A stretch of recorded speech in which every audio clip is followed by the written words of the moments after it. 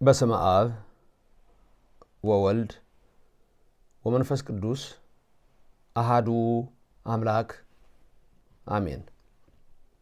የዕለቱ የነፍሴ ምግብ ለደካማ ኃይልን፣ ጉልበት ለሌለው ብርታትን ይጨምራል። አበው ካህናት፣ አሃው ዲያቆናት፣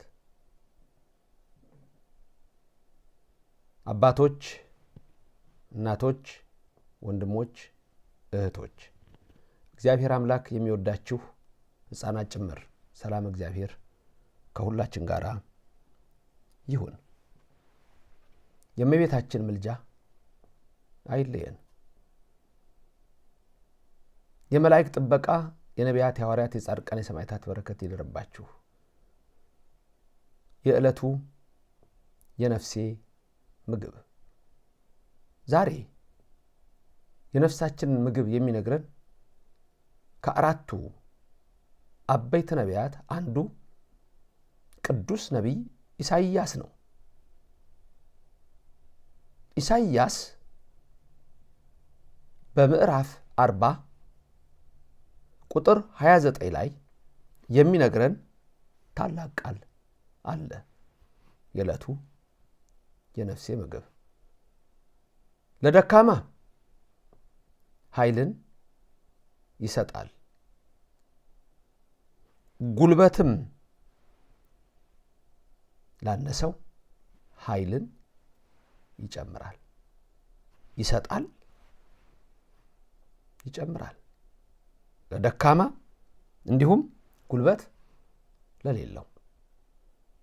ለደካማ ኃይልን የሚሰጠው ጉልበት ለሌለው ብርታትን የሚጨምረው አለ ኢሳይያስ፣ እሱ እግዚአብሔር ነው። ወገኖቼ ዓለም ብዙ ፈተና ያለባት ናት። ዕለት ዕለት ከመከራ ጋር ትጋፈጣላችሁ፣ ከሐዘን ጋር ትላተማላችሁ፣ ሐሳባችሁ ይከፈላል። ቀኑ ጨለማ ይሆናል። መከራው ሲበዛ ዶፍ ይሆናል። ወዴት ነው የሚሄደው? ድቅድቅ ይሆናል። ጉልበት ያንሳችኋል፣ ድካም ይሰማችኋል፣ ሰውነታችሁ ይዝላል፣ ነፍስም እንደዛው ትዝላለች። ስለዚህ ነቢዩ ኢሳይያስ ይህን የሚነግረን ቃሉ የታመነ ነው። እግዚአብሔር ካለ ለምንድን ነው እንዲህ የምትሆኑት ነው የነቢዩ ኢሳይያስ ቃል። አለ እግዚአብሔር ደግሞ ጠይቁት ነው። ለደካማ ኃይልን ይሰጣል፣ ጉልበት ለሌለውም ብርታትን ይጨምራል። ኢሳይያስ 40 ቁጥር 29 የዕለቱ የነፍሴ ምግብ።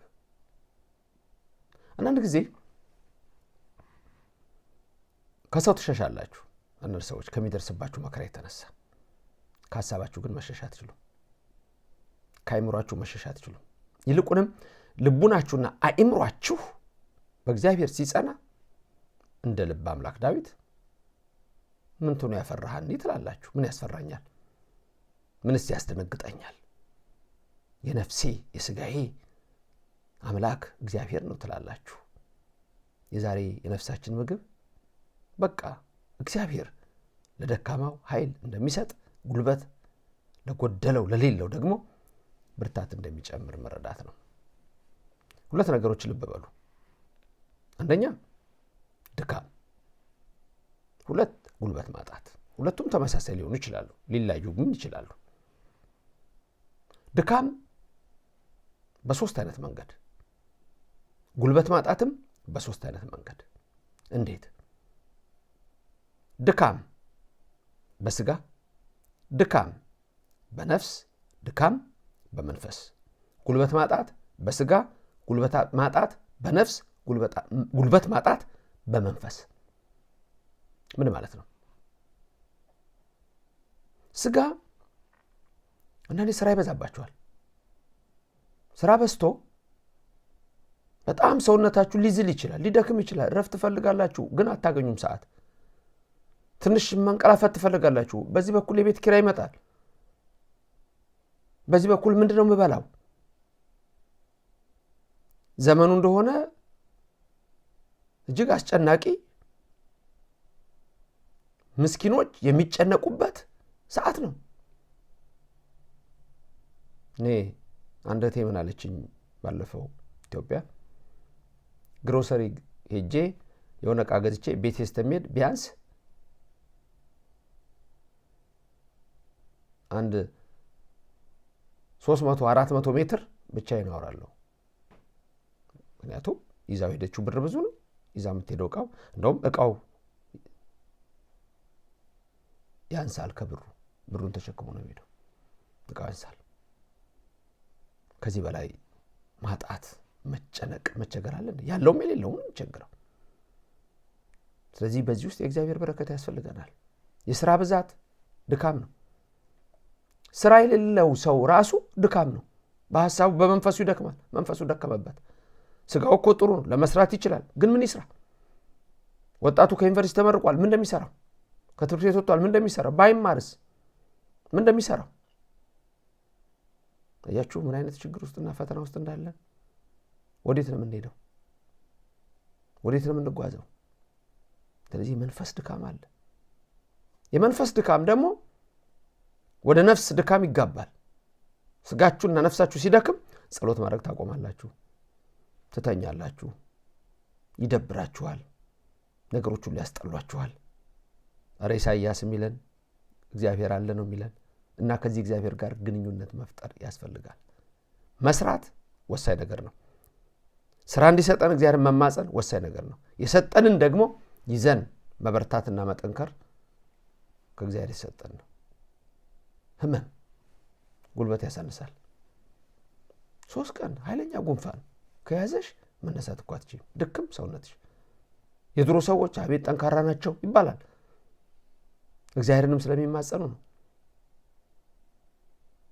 ዘመኑም የተባረከ ስለሆነ አሁን ግን ከጉልበት ላይ ተነስቷል፣ ከምግብ ጣዕም ተነስቷል፣ ከቅቤ ጣዕም ተነስቷል፣ ከማር ጣዕም ተነስቷል።